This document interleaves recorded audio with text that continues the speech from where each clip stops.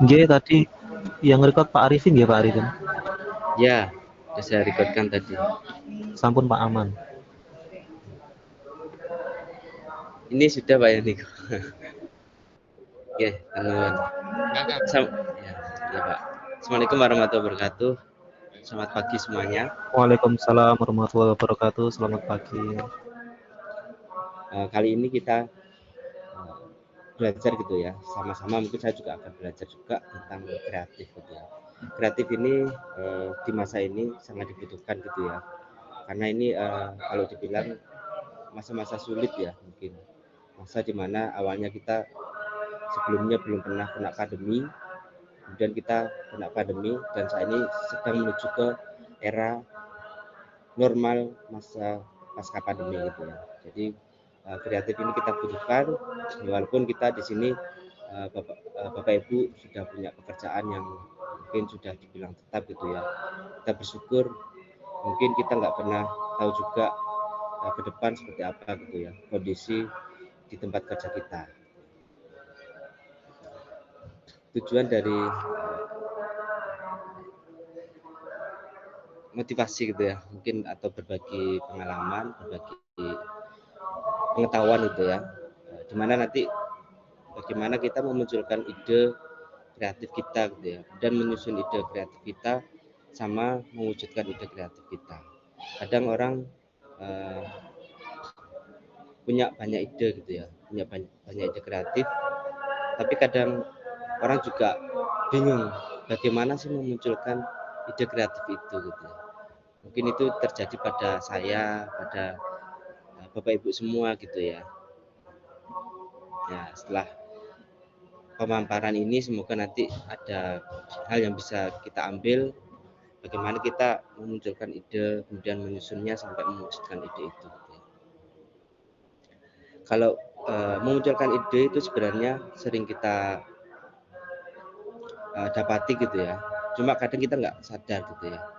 Contohnya ide akan sering muncul gitu ya kalau kita sedang lagi berpikir atau sedang merenung gitu ya, ataupun biasanya kalau saya sendiri itu sering ketika di dalam kamar mandi gitu ya, mungkin sama gitu ya yang dialami Bapak Ibu semua gitu ya. Nah, kalau ide itu sudah muncul gitu ya, kita nggak menuliskan kan ya, atau nggak menyusunnya, maka ide itu akan hilang gitu ya. Kalau ide itu udah muncul, kita wajib atau kita susun ide itu ya, kita tuliskanlah setidaknya gitu ya, apa yang sudah muncul di pemikiran kita tulis gitu ya. Kemudian kalau tidak di masa itu, mungkin kita sering bisa kita lakukan juga, kita jalan-jalan gitu ya, healing gitu ya, healing ke tempat yang belum pernah kita kunjungi gitu ya. Contohnya kita kalau yang suka kuliner gitu ya, atau yang suka ngopi gitu ya, atau yang lainnya yang suka di wisata alam ya, monggo gitu ya, silakan. Dari situ kita pasti akan banyak muncul ide kreatif gitu ya, karena kita lagi kondisi fresh gitu ya, lagi pemikir nggak banyak pikiran yang kita pikirkan gitu atau masalah, maka ide itu pun akan muncul secara tiba-tiba gitu ya. Mungkin ide untuk mewujudkan usaha gitu kan juga bisa gitu ya, karena kita sering berkunjung ke kuliner gitu ya, atau ke yang lainnya. Kalau udah muncul ya kita susun gitu ya. Setelah kita susun, kita akan mewujudkan gitu ya. Mewujudkan ini yang mungkin kita sulit melakukannya gitu ya. Gimana mewujudkan itu supaya ide itu bisa muncul atau kita wujudkan ya, kita harus punya langkah-langkahnya gitu ya. Kita harus mungkin dengan melakukan beberapa literasi gitu ya, membaca gitu ya, bagaimana sih kita punya ide, contohnya kita ingin bangun restoran yang kekinian, itu kan pastinya ada persyaratan atau langkah yang harus kita alami dulu gitu ya. Maka kita harus belajar gitu ya, belajar ke orang lain. Nah, untuk mewujudkan ini kita harus banyak referensi gitu ya, harus banyak membaca ataupun melihat tayangan gitu ya, melihat tayangan bagaimana memulai bisnis kalau kita idenya tadi tentang bisnis gitu ya. Salah satu seperti itu gitu ya. Ataupun belajar dari orang langsung secara langsung juga bisa gitu ya. Jadi kita belajar ke bisnis ownernya langsung gitu ya. Kita datang tapi kita juga membeli gitu ya. Kita tanya-tanya ke ownernya bagaimana langkah dulu gitu ya mengawalinya, kemudian permasalahan apa yang terjadi. Nah, itu nanti akan kita jadikan pengalaman gitu ya, pengalaman yang nantinya akan kita pakai kalau kita mengembangkan ide tersebut, gitu, mewujudkannya. Nah, kemudian kembali ke konsep kreatif gitu ya. Kreatif itu apa gitu ya? Kalau di sini saya ambil dari beberapa literatur gitu ya, yang sudah saya terjemahkan sendiri dengan bahasa mungkin biar supaya bisa dipahami bersama gitu ya. Kemampuan seseorang untuk melahirkan suatu hal yang baru, di sini gagasan ataupun karya nyata gitu ya, yang belum pernah ada ataupun yang sudah ada. Yang sudah ada ini bisa kita kombinasi gitu ya. Jadi perbedaannya di mana? Itu salah satu proses kreatif gitu ya. Kemudian fokus di kreatif di sini adalah memproduksi ide sebanyak-banyaknya gitu ya. Jadi kita harus memunculkan ide sebanyak-banyaknya. Nah, ini salah satu dari fokus utama kreativitas gitu ya. Nah, kalau sudah muncul idenya baru kita melakukan penyusunan sampai mewujudkan ide itu bisa terwujud gitu ya. Kemudian soal yang saya di sini gitu ya, mungkin soalnya salah satu bagaimana ide itu muncul. Jadi di awal sudah saya berikan gambaran gitu ya. Kemudian bagaimana kalian menyadari kalau itu merupakan suatu ide kreatif ya. Nah, ini baru kita berpikir kalau sudah muncul apakah itu salah satu kreatif gitu ya. Kita akan berpikir gitu ya. Nah, kita akan memadukan apa yang sudah ada atau ini masih hal baru gitu ya. Kemudian soal yang kedua gitu ya. Bagaimana menyusun ide kreatif yang sudah muncul itu. Nah, gitu. Tadi ini langkah kedua gitu ya. Kemudian yang soal yang ketiga ini terkait mewujudkan ide kreatif. Ini ada 3 soal ya. Mungkin dari teman-teman di sini, dari Bapak Ibu semuanya, silakan kalau mau mengutarakan pendapatnya atau mau bertanya juga tidak apa-apa gitu ya. Saya persilakan dari ketiga soal ini. Silakan.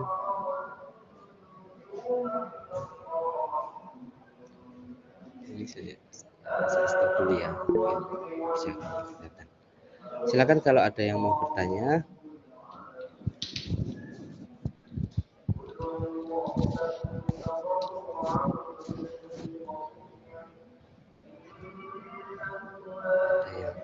Pak Zainal, Ya, saya persilahkan. terima kasih Pak Arifin. Pak Arifin, Ya, hatinya. Saya punya ide, tapi saya nggak ngerti ini kreatif atau tidak, Pak ya. iya. Idenya seperti apa ya? Ya, kalau saya di UM itu jumlah karyawannya, dosen itu ada sekitar 2.000 dosen. Ya, jumlah pegawai itu ada 1.000. Jadi di UM itu ada 3.000 orang yang bekerja di sana dan itu mesti bertambah. Ya, saat kampus seperti itu 3.000 orang. Otomatis banyak masalah di sana. Rumah tangga, pekerjaan. Saya punya ide, Pak. Saya mau buat situs. Ya. Situs saya itu nanti orang bisa konsultasi, Pak. Di situs saya sebagai anonimus. Kalau ada dosen punya masalah keluarga atau butuh bantuan, TU punya masalah keuangan, itu bisa konsultasi di situ. Nah, nanti saya akan menunjuk dosen yang mau jadi mediator atau memberikan motivasi Mediator kita. ya. Tidak harus dosen, karena terus terang nggak semua dosen itu mengerti, Pak. Apalagi Betul. kalau kita anggap semua dosen psikologi bisa menyelesaikan masalah itu belum tentu. Jadi saya nanti siapa yang terpilih orang yang kita pilih orang yang bijaksana, mereka akan menerima budget dari orang yang tidak dikenal, tapi itu Betul. kita sampaikan ya. Apakah itu kreatif atau hanya ide biasa saja? Ya, Terima kasih Pak Ipin. terima kasih. Ya, sama-sama. Sangat bagus gitu ya pendapatnya tadi Pak Zainal terkait kalau dari saya sendiri itu ya terkait permasalahan yang terjadi di kampusnya, ternyata di sana ada 3.000 bahkan lebih gitu ya. Kemudian idenya adalah bagaimana membuat platform atau situs permasalahan atau konseling gitu ya. Nah, itu merupakan salah satu ide kreatif di mana gitu ya. Karena apa di situ bisa dikatakan ide kreatif? Ya karena itu berasal dari permasalahan yang ada di lingkungannya Pak Zainal sendiri gitu ya, terutama di kampus. Nah, kemudian permasalahannya sudah ada, kemudian muncul solusinya. Solusinya adalah membuat platform untuk ini konsultasi gitu ya, konsultasi gratis ya, semoga itu gratis gitu ya. Dimana itu semua dari karyawan itu bisa mengutarakan permasalahannya di situ dan ada yang bagian memberikan jawaban gitu ya, atau istilahnya psikiaternya ya atau psikolognya gitu ya, yang memberikan. Tinggal bagaimana kita menyusun gitu ya ide itu bisa terwujud, karena itu saat ini memang dibutuhkan ya, karena kondisinya sudah real berdasarkan kondisi di lapangan. Kemudian juga saat ini juga pasca pandemi di mana semua orang itu pasti punya masalah, terutama masalah mental gitu ya. Dan itu juga nanti berlaku untuk mahasiswa, mungkin kalau sudah untuk karyawan sudah bagus, nanti bisa istilahnya bisa diterapkan juga di mahasiswa, itu bahkan sudah bagus. Ide itu juga mungkin pernah saya pikirkan gitu ya, dan itu saya juga sudah mewujudkan gitu ya, maksudnya sudah menyusun, kemudian bagaimana mewujudkannya, cuma untuk mewujudkannya masih belum. Kemarin sempat saya daftarkan gitu ya, jadi idenya kebetulan sama gitu ya. Saya ingin buat platform konseling online untuk siswa-siswa Telkom School di seluruh Indonesia, di mana nanti psikolognya itu adalah guru bimbingan konseling dari setiap sekolah dari Telkom School. Kebetulan itu idenya kok sama gitu. Ya, bagus itu Pak. Iya, itu salah satu ide kreatif ya. Mungkin nanti tinggal bagaimana kita nyusunnya. Ya, tadi kalau kita tidak bisa nyusun, kita tinggal ngerikut orang gitu ya. Jadi kita jadi istilahnya pembuat idenya. Kita kalau memang tidak bisa mewujudkan karena keterbatasan waktu atau skill gitu ya, kita bisa ngerikut orang gitu ya. Kita bisa berkolaborasi gitu ya. Jadi kalau ada ide kemudian kita bingung untuk mewujudkan, kita bisa berkolaborasi dengan orang lain. Ide bagus. Saya memang menelusuri kejadian. Saya senang sekali dengan menteri yang sekarang. Menteri sekarang ini menanamkan di kampus ada pusat perlindungan tindak kekerasan seksual. Jadi saya melihat di kampus ya, jangan dikira semua kampus itu normal, tenang, tidak. Ya mahasiswi, ya terutama mahasiswi yang terintimidasi, itu kalau kita cari, ternyata ada. Ya, dan jumlahnya tidak sedikit. Saya kaget ketika tahu, loh ini tempat saya. Ayo bayangkan coba. Tapi kenapa itu tidak bermuara? Ya, mesti hilang. Ya, sehingga saya nggak tahu karena Pak Arifin ini kan pakarnya, saya tanya ide saya kreatif atau tidak. Kreatif. Kita bekerja sama Pak Arifin. membangun kebaikan bagi semua belajar dengan ya itu tadi Bapak Ridho. Ya, terima kasih. Silakan dari rekan-rekan yang lainnya, dari Bapak Ibu yang lain silakan. Kita masih punya waktu 5 menit ya.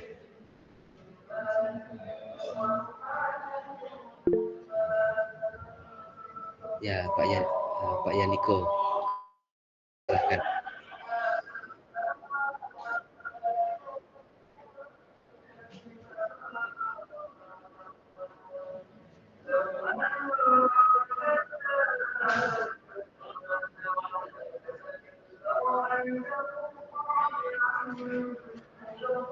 Ya, tapi kalau ya,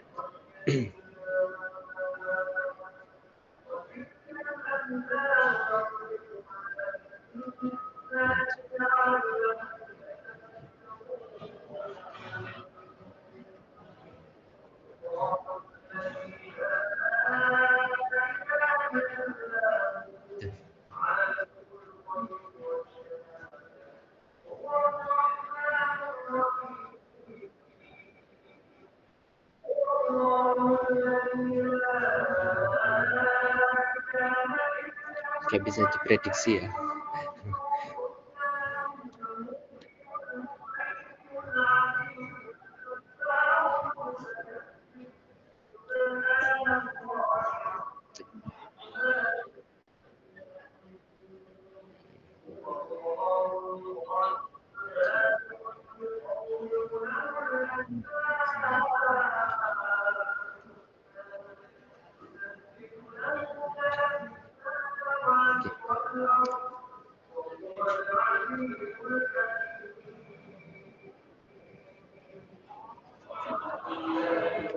Oke.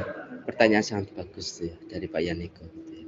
Bagaimana memunculkan ide yang sangat sesuai gitu ya dengan permasalahan yang kita hadapi. Mungkin seperti itu ya, gitu ya. Oke. Tadi permasalahannya kan kita sudah ada gitu ya. Permasalahannya kita sudah ada, kemudian bagaimana kita memunculkan ide itu, dan idenya itu nggak boleh satu, karena kita pengennya idenya kan banyak gitu. Ide kan muncul, ide kan gratis, nggak bayar gitu ya. Gitu caranya bagaimana gitu ya. Kalau dari pengalaman saya sendiri gitu ya, pastinya kita harus ini terjun dulu ke permasalahan itu. Kita merasakan apa sih sebenarnya yang dialami gitu ya. Kita memposisikan diri kita sebagai orang yang kena masalah gitu ya. Kita harus memposisikan kita orang yang kena masalah. Jadi bukan kita bukan orang yang nggak pernah mengalami masalah. Itu salah satu. Jadi pertama kita harus mengalami masalah itu. Jadi kita harus apa istilahnya ya, memang mengalami gitu ya, terjun ke dalamnya gitu ya. Kemudian kita cari beberapa apa ya, solusi yang sudah ada gitu ya. Kalau memang itu solusinya dibutuhkan sangat cepat gitu ya. Karena kalau kita cari solusi dengan sendiri itu memang mungkin beberapa waktu sih gitu ya. Jadi kita harus banyak-banyak membaca literatur gitu ya. Permasalahan itu solusinya saat ini seperti apa. Kemudian kita ternyata karakteristik permasalahannya agak berbeda. Dari situ, dari solusi yang sudah ada, kita pasti akan memodifikasi gitu ya. Kita akan punya pemikiran sendiri. Kalau dari situ sudah muncul, maka kita akan mengujinya dulu ya. Kita akan melakukan verifikasi dulu apakah solusi ini nanti akan valid ya. Solusi ini sebenarnya kevalidan itu ya tahapan berikutnya sih gitu ya.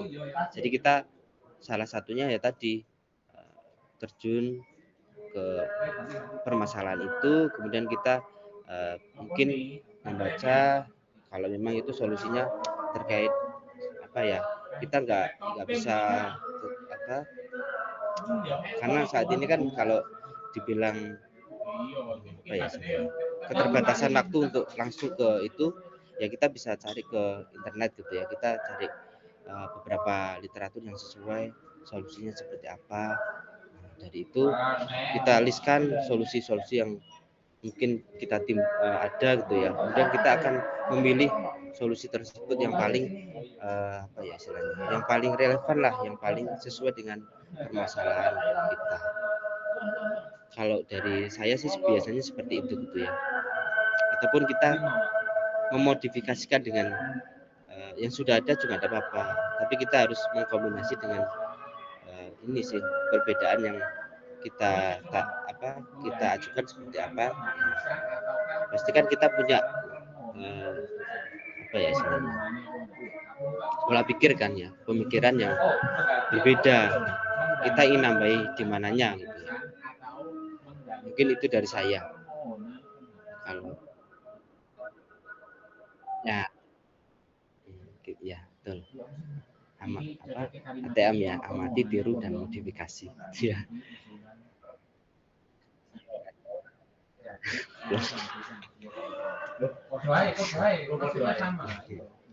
Ini lebih mudah. Sama. Kalau belum pas jawabannya ya, saya juga sama-sama belajar gitu ya. Mungkin yang lainnya, sudah habis waktunya ini ya, sudah 5 menit. Ya, sudah habis Pak Arifin. Terima kasih teman-teman atas perhatiannya. Saya akhiri. Assalamualaikum warahmatullahi wabarakatuh. Waalaikumsalam warahmatullahi wabarakatuh.